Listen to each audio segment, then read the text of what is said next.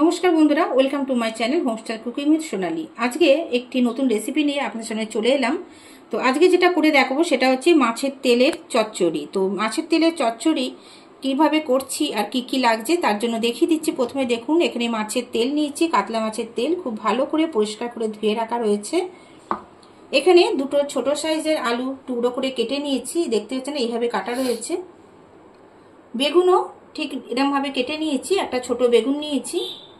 রয়েছে 3টে কাঁচা লঙ্কা, পেঁয়াজ কুচানো রয়েছে, একটা বেশ বড় সাইজের পেঁয়াজ একদম ছোট করে কোচানো রয়েছে।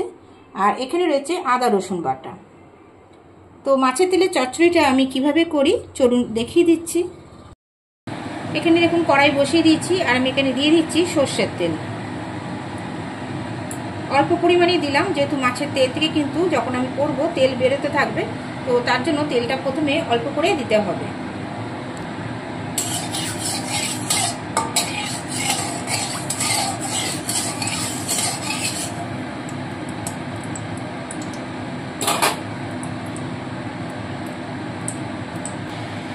তেলটা গরম হয়ে গেছে, এবার কোচানো পেঁয়াজটা দিয়ে দিচ্ছি প্রথমে।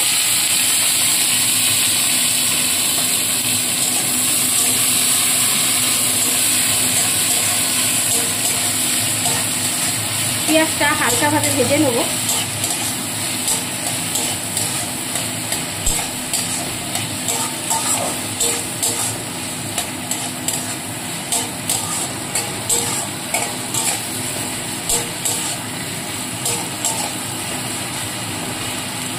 দেখুন পেঁয়াজটা হালকা করে ভেজে নিচ্ছি, এবার কেটে রাখা আলু আর বেগুনগুলো দিয়ে দেবো।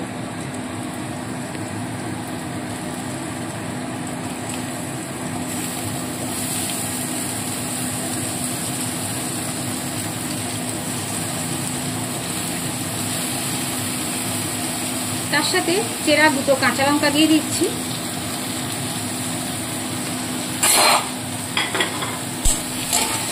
এবার পরিমাণ মতো নুন, হলুদ আর অল্প লঙ্কার গুঁড়ো এর মধ্যে দিয়ে দেবো।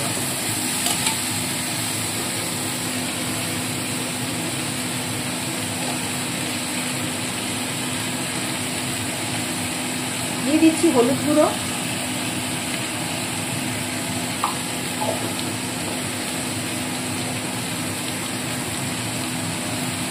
দিয়ে দিচ্ছি লবণ,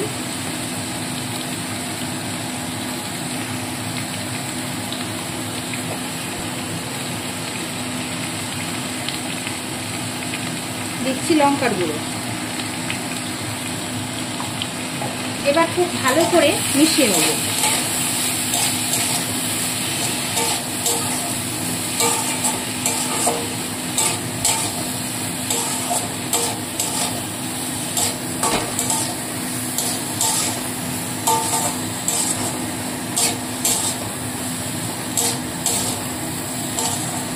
এবার হালকা ঢাকা চাপা দিয়ে কিছুক্ষণ এটাকে ভাজতে দেবো।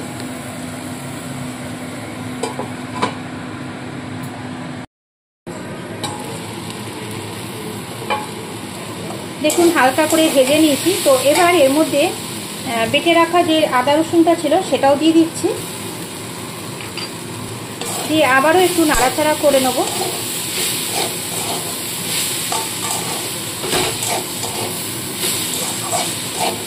যেহেতু অল্প তেল দিয়েছি তাই বেশিক্ষণ কিন্তু ঢাকা চাপা দিয়ে ভাজবেন না, তাহলে কিন্তু নিচে লেগে যেতে পারে।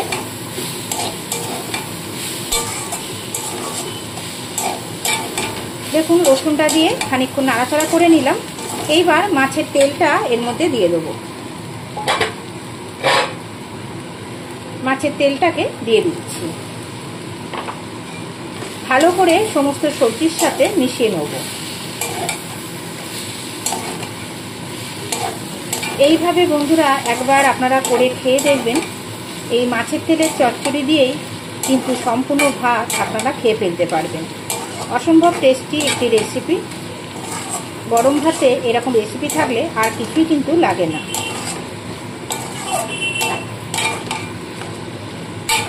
তো এবার আবারও ঢাকা চাপা দিয়ে দেবো, কারণ মাছের তেল থেকে যে তেলটা বের হবে তাতেই কিন্তু এই সবজিগুলো সেদ্ধ হয়ে যাবে।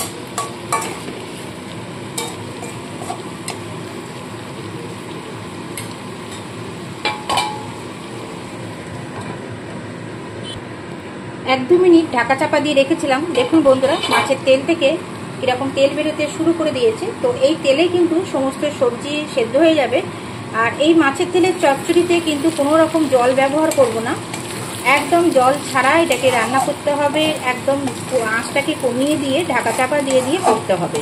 আর মাঝে মাঝে একটু উল্টে পাল্টে দিতে হবে।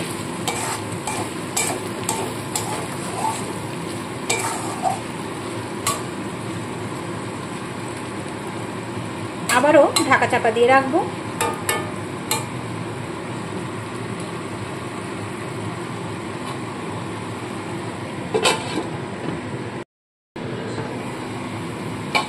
তো বন্ধুরা দেখুন, আমার তেল চচ্চড়ি কিন্তু সম্পূর্ণ রেডি। খুব কম সময়ের মধ্যে কিন্তু এটা হয়ে যায়। তো আপনারা অবশ্যই এইভাবে তেল চচ্চড়ি বাড়িতে করবেন, আর খেতে অসাধারণ লাগে গরম ভাতে। শুধু যদি এরকম চচ্চড়ি থাকে, কোনো কিছু যদি নাও থাকে, তাহলে কিন্তু আর কোনো কিছু দরকার হবে না। এবার আমি এটাকে নামিয়ে নেবো, কারণ আলুগুলোও সেদ্ধ হয়ে গেছে, দেখতেই পাচ্ছেন। আর তেলটা ভালো হলেই কিন্তু এতটা পরিমাণে তেল এখান থেকে বেরিয়েছে। যদি আপনারা এই চচ্চড়ি রান্না করার সময় দেখেন যে আরও অনেক বেশি তেল বেরিয়েছে, এতটা তেল আপনারা পছন্দ করছেন না, তাহলে সাইড থেকে কোনো হাতা দিয়ে আপনারা তেলটা কিন্তু কাচিয়ে তুলেও রাখতে পারেন। সেই তেলটা আপনারা ফেলে দেবেন না। অবশ্যই পরবর্তীকালে যদি কোনো ছোট মাছের চচ্চড়ি করেন, এই মাছের তেলের যে তেলটা বেরোচ্ছে সেটা যদি আপনারা ব্যবহার করেন, তাহলে কিন্তু অসাধারণ খেতে হয় সেই মাছের চচ্চড়ি। আমি অনেকবার এইভাবে করে দেখেছি, দারুণ খেতে লাগে। তো বন্ধুরা, এবার আমি গ্যাসটাকে অফ করে দেবো আর আমি নামিয়ে নেব।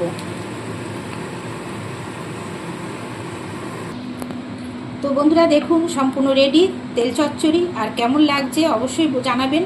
আর যদি ভালো লাগে বন্ধুরা লাইক শেয়ার করতে ভুলবেন না। আর নতুন বন্ধুরা যারা চ্যানেলকে দেখছেন, সাবস্ক্রাইব করে নেননি, প্লিজ বন্ধুরা চ্যানেলকে সাবস্ক্রাইব করে পাশে থাকা বেল আইকনটি প্রেস করে দেবেন। আমি নতুন নতুন আরও রেসিপি নিয়ে আপনাদের সামনে হাজির হয়ে যাব। আর আপনাদের মূল্যবান মতামত অবশ্যই কমেন্ট বক্সে কমেন্ট করে জানাবেন। সবাই খুব ভালো থাকবেন, সুস্থ থাকবেন। দেখা হচ্ছে আবার পরবর্তী নতুন রেসিপির সাথে। টাটা বন্ধুরা।